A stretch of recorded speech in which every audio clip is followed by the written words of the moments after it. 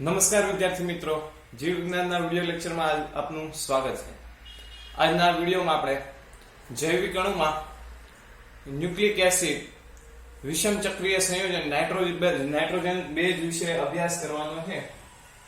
Nitrogen base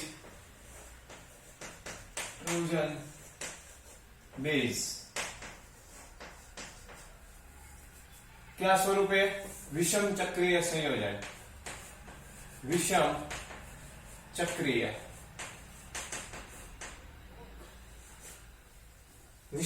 संयोजन स्वरूपे આપણે નાઇટ્રોજન બેઝ નો અભ્યાસ કરવાનો છે। તો મિત્રો, જીવંત સજીવની અંદર ઘણા બધા કાર્બનિક સંયોજન છે એ વિષમ ચક્રીય સ્વરૂપે હોય। નાઇટ્રોજન બેઝ છે એ કયા સ્વરૂપે જોવા મળે છે આપણે? વિષમ ચક્રીય કાર્બનિક સંયોજન સ્વરૂપે આપણને જોવા મળે। હવે નાઇટ્રોજન બેઝ છે એના મુખ્ય બે પ્રકાર છે, પ્યુરિન અને પિરિમિડિન। પ્યુરિન અને બીજો પ્રકાર છે પિરિમિડિન।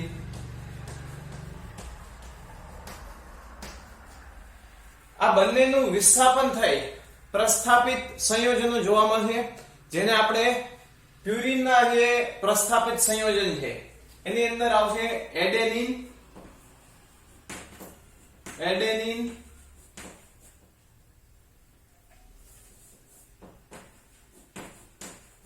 અને ગ્વાનિન।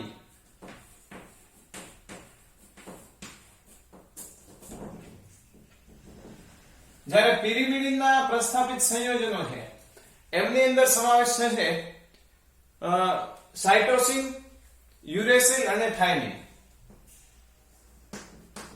સાઇટોસિન, યુરેસિલ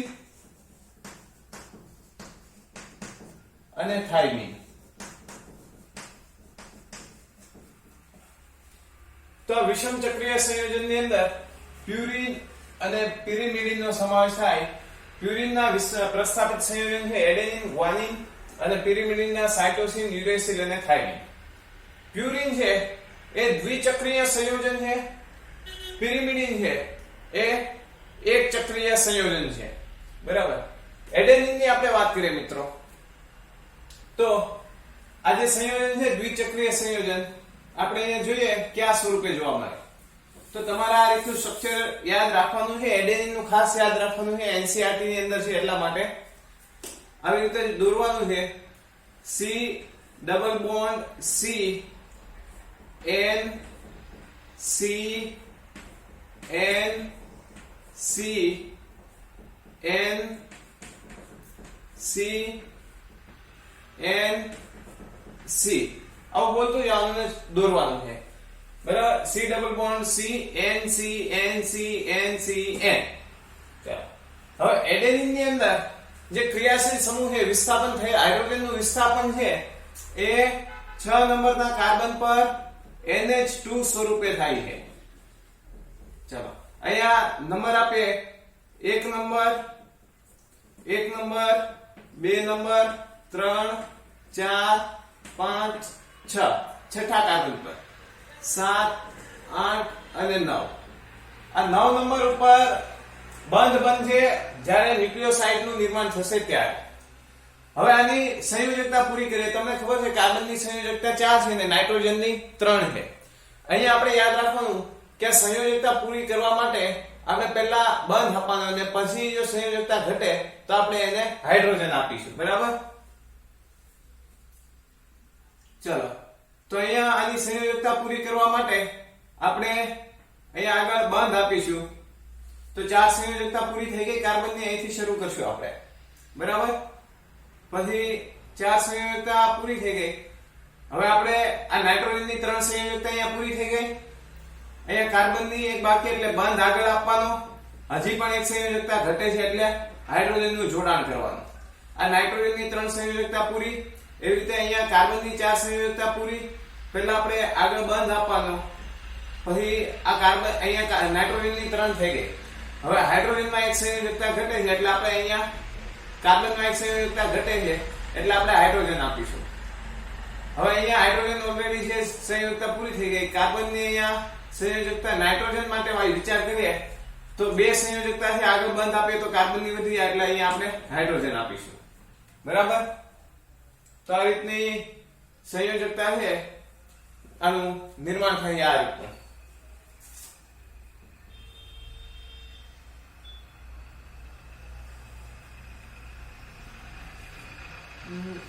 સામાન્ય રીતે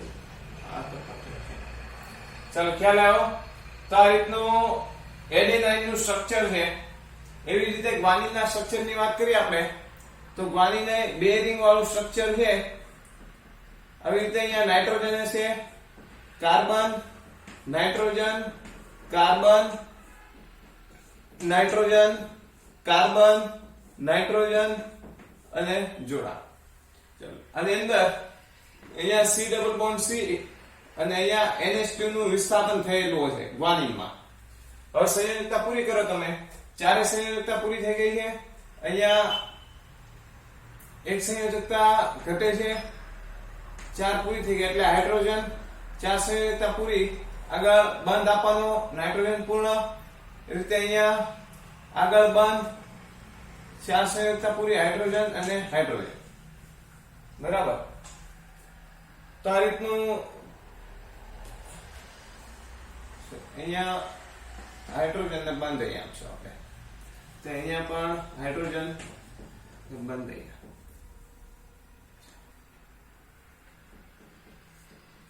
આ તો પરફેક્ટ છે. તો અહીંયા પણ તો આ થઈ ગયા આપણા એડેનિન અને ગ્વાનિન.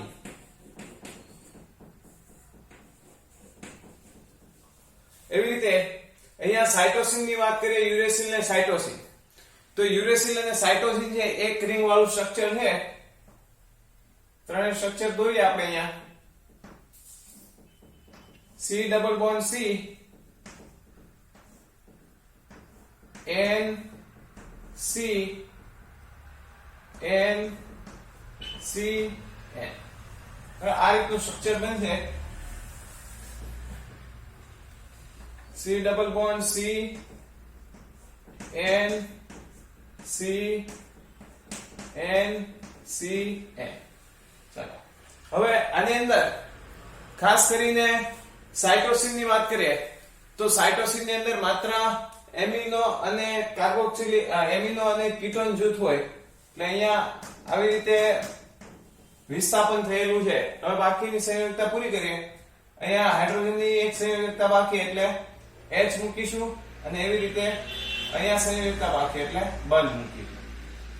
તો આ રીતનું બંધારણ બને છે એ છે સાઇટોસિન.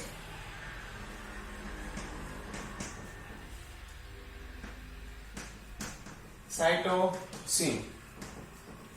એવી રીતે યુરેસિલ ની વાત કરીએ તો યુરેસિલ માં C ડબલ બોન્ડ C,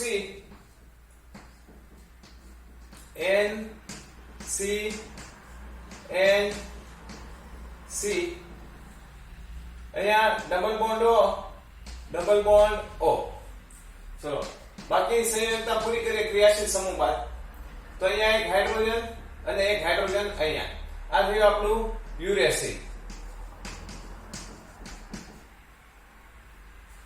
ત્યારબાદ મિત્રો આપણે થાઇમિન ની વાત કરીએ તો થાઇમિન છે ને એ ખરેખર છે 5 મિથાઇલ યુરેસિલ. જો અહીંયા કાર્બન નંબર ગણવાના છે આપણે અહીંથી. અહીંયા 1 નંબર, 2 નંબર, 3, 4, 5 અને 6 નંબર. બરાબર. એવી રીતે કાર્બન નંબર ગણવાના છે.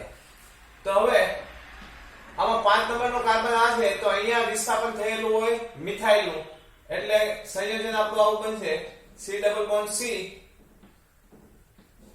N C, N C અને અહીંયા પર મિથાઇલ નું વિસ્થાપન. બાકી જે યુરેસિલ છે એ સેમ ટુ સેમ. હવે જે હાઇડ્રોજન ઘટે છે હાઇડ્રોજન ની પૂર્તિ કરીએ બંધ સંયોજકતાની. તો આ રીતનું જે સંયોજન બનશે એ છે થાઇમિન. બરાબર. તો આ 5 નાઇટ્રોજન બેઝ છે.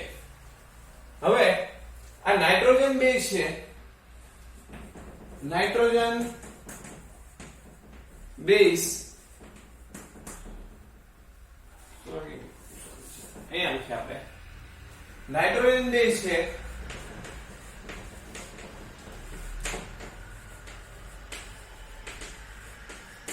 એ પેન્ટોઝ શર્કરા સાથે જોડાય અને જે રચના બનાવે એને ન્યુક્લિયોસાઇડ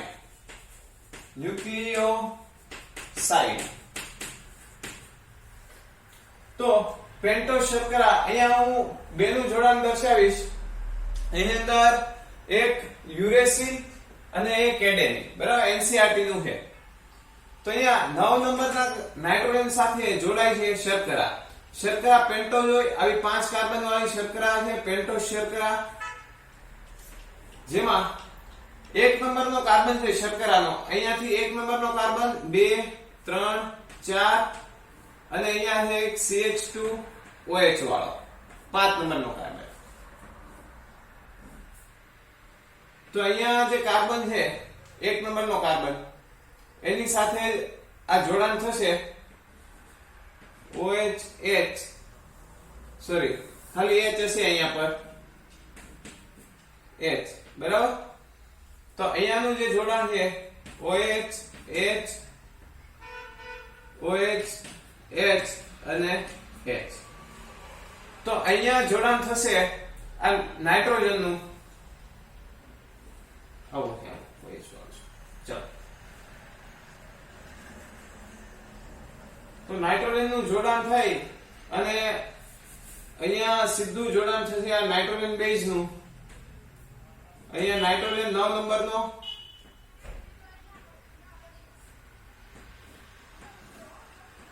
અને આવી રચનાનું નિર્માણ થશે C double bond C N C N C N C N C. ચલો અહીંયા આ જે NH2 છે એનું છે N H H, hydrogen double carbon 3 થઈ ગયા હાઇડ્રોજન. તો આ થયું આપણું એડેનોસાઇન.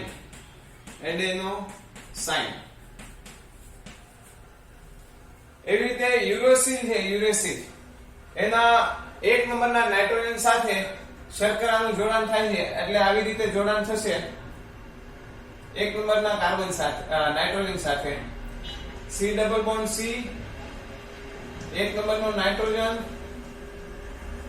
C N C જોડાણ ફૂટો. આપણે શર્કરા દોરીએ પહેલા. આ પેન્ટોઝ શર્કરા એની સાથે નાઇટ્રોજન નું જોડાણ, આવડા nitrogen C double bond C N C N C, sorry, C double bond C N C N અને C. તો આ રીતનું આખું સંયોજન બનશે, જેની અંદર આ 1 નંબરનો કાર્બન છે, નાઇટ્રોજન છે, પછી 2 3 4 અને 5 ને 6, જેમાં 4 નંબરના કાર્બન પર એમિનો સમૂહ છે, એટલે અહીંયા નાઇટ્રોજન હશે, હાઇડ્રોજન અને આ રીતના એક હાઇડ્રોજન, અને અહીંયા આ સમૂહ આવશે અને અહીંયા ટ્રિપલ બોન્ડ, અહીંયા આવશે ટ્રિપલ બોન્ડ, બરાબર. આ 4 સંયોજકતાની પૂરી. અહીંયા હાઇડ્રોજન હાઇડ્રોજન, અહીંયા CH2OH. તો આ જે બન્યું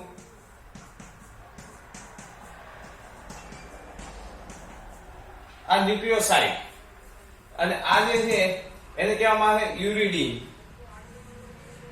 યુરિડીન ડી. બરાબર. તો આવા ન્યુક્લિયોસાઇડ બને, બધાના ન્યુક્લિયોસાઇડ બનશે. બધાના ન્યુક્લિયોસાઇડ ના નામ લખો અહીંયા. તો બધાથી પહેલા એડેનોસાઇન,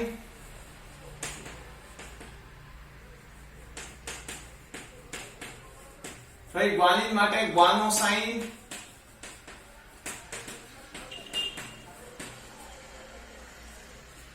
સાઇટોસિન માટે સાઇટિડીન,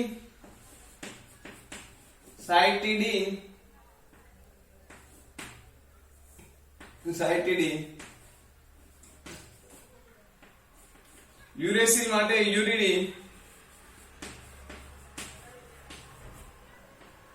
થાઇમિન માટે થાઇમિડીન.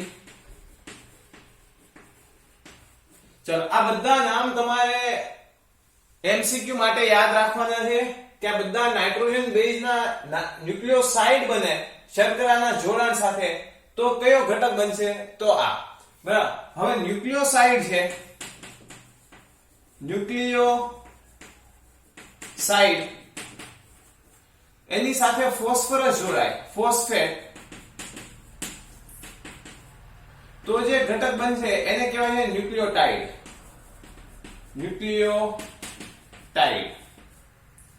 તો ન્યુક્લિયોટાઇડ ની અંદર કયા કયા ઘટકો બનશે? હવે જો ન્યુક્લિયોટાઇડ ની અંદર આ જે કાર્બન છે, બીજો કાર્બન, એની સાથે ફોસ્ફેટ જોડાશે, POH અને P ડબલ બોન્ડ O. તો આ જે રચના બની એને કહેવામાં આવે છે ન્યુક્લિયોટાઇડ. ખ્યાલ આવ્યો? તો આવી રચના હશે.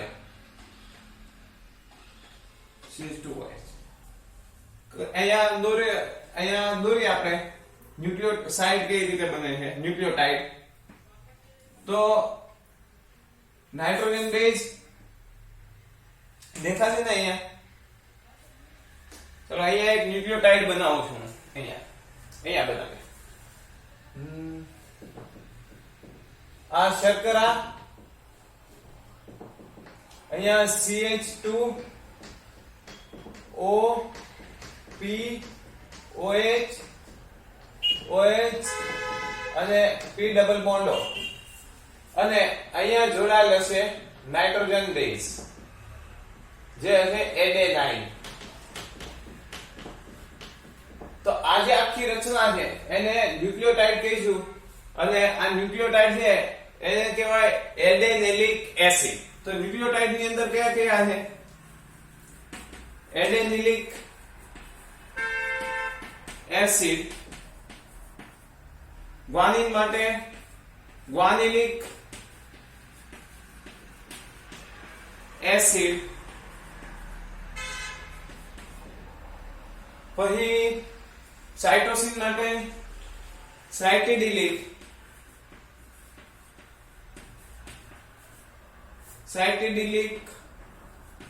એસિડ. એવી જ રીતે યુરેસિલ માટે યુરિડિલિક એસિડ.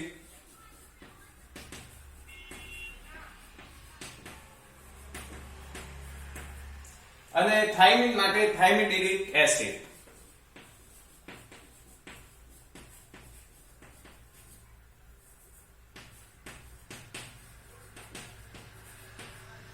અને ન્યુક્લિયોટાઇડ છે એ એકબીજા સાથે જોડાય.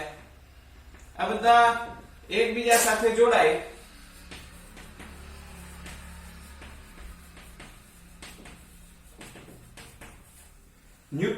ન્યુક્લિક એસિડ બનાવે. ન્યુક્લિક એસિડ જેની અંદર બે પ્રકાર છે, DNA અને RNA. જો શર્કરા, આ જે શર્કરા છે એ ડીઓક્સી શર્કરા છે. કઈ છે? ડીઓક્સી. એ શર્કરા પણ દોરી દઉં તમને. પેન્ટોઝ શર્કરા છે એની અંદર બે પ્રકારની શર્કરા છે. એ છે બંને શર્કરા છે 5 કાર્બનની.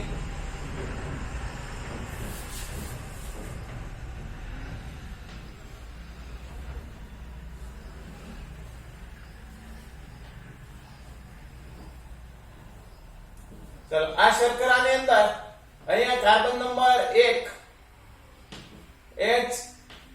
HOH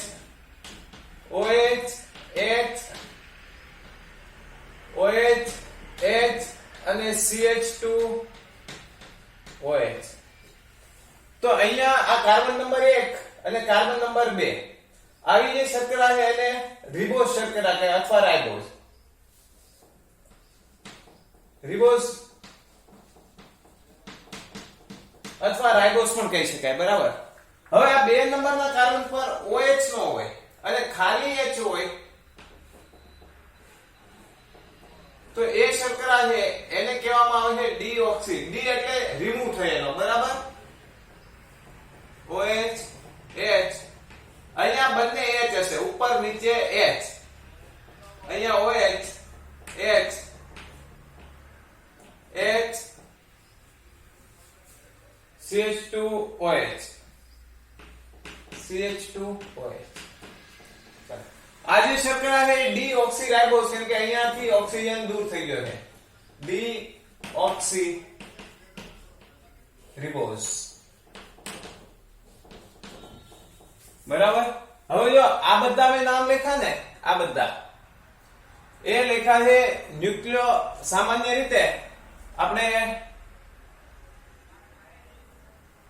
જે આરએનએ ની અંદર વાત કરીએ તો આરએનએ ની અંદર યુરેસિલ હોય, આ ડીએનએ માં આવે, આ આરએનએ માં આવે, બરાબર. તો અહીંયા જે થાઇમિડિલિક એસિડ છે એ સામાન્ય રીતે હોતું નથી, એ ડીએનએ માટે હોય છે. એ કયા સ્વરૂપે? Deoxy thymidylic acid. ખ્યાલ આવ્યો? તો આખી રચના છે વિષમ ચક્રીય સંયોજનની, જેની અંદર ફરીથી ચર્ચા કરીએ તો સજીવની અંદર ઘણા બધા કાર્બનિક સંયોજન છે એ વિષમ ચક્રીય રિંગ સ્વરૂપે જોવા મળે. જેને આપણે જેમાંના એક છે એ છે નાઇટ્રોજન બેઝ. નાઇટ્રોજન બેઝ એ બે પ્રકારના હોય, પ્યુરિમિડિન અને પિરિન. પ્યુરિન અને પિરિમિડિન. પ્યુરિન છે એની અંદર એડેનિન અને ગ્વાનિન. પિરિમિડિન છે એ સાઇટોસિન, યુરેસિલ અને થાઇમિન. જ્યારે આ નાઇટ્રોજન બેઝ છે એ પેન્ટોઝ શર્કરા સાથે જોડાય, આવી શર્કરા સાથે જોડાય તો એને કહેવામાં આવે છે ન્યુક્લિયોસાઇડ. એટલે આવી રચના બને એને ન્યુક્લિયોસાઇડ. તો આ બધાના ન્યુક્લિયોસાઇડ કયા કયા હોય? તો ન્યુક્લિયોસાઇડ ની અંદર એડિનોસાઇન, ગ્વાનોસાઇન, સાઇટિડિન, યુરિડિન, થાઇમિડિન. સામાન્ય રીતે આ ન્યુક્લિયોસાઇડ છે ડીઓક્સી થાઇમિડિન સ્વરૂપે હોય, બરાબર. થાઇમિડિન સ્વરૂપે બહુ જોવા મળતો નથી. હવે આ જે ન્યુક્લિયોસાઇડ છે એની સાથે ફોસ્ફેટ જોડાઈ જાય તો આખી જે રચના બને એને કહેવાય છે ન્યુક્લિયોટાઇડ. તો ન્યુક્લિયોટાઇડ ની અંદર એડિનિલિક એસિડ, ગ્વાનિલિક એસિડ, સાઇટિડિલિક એસિડ, યુરિક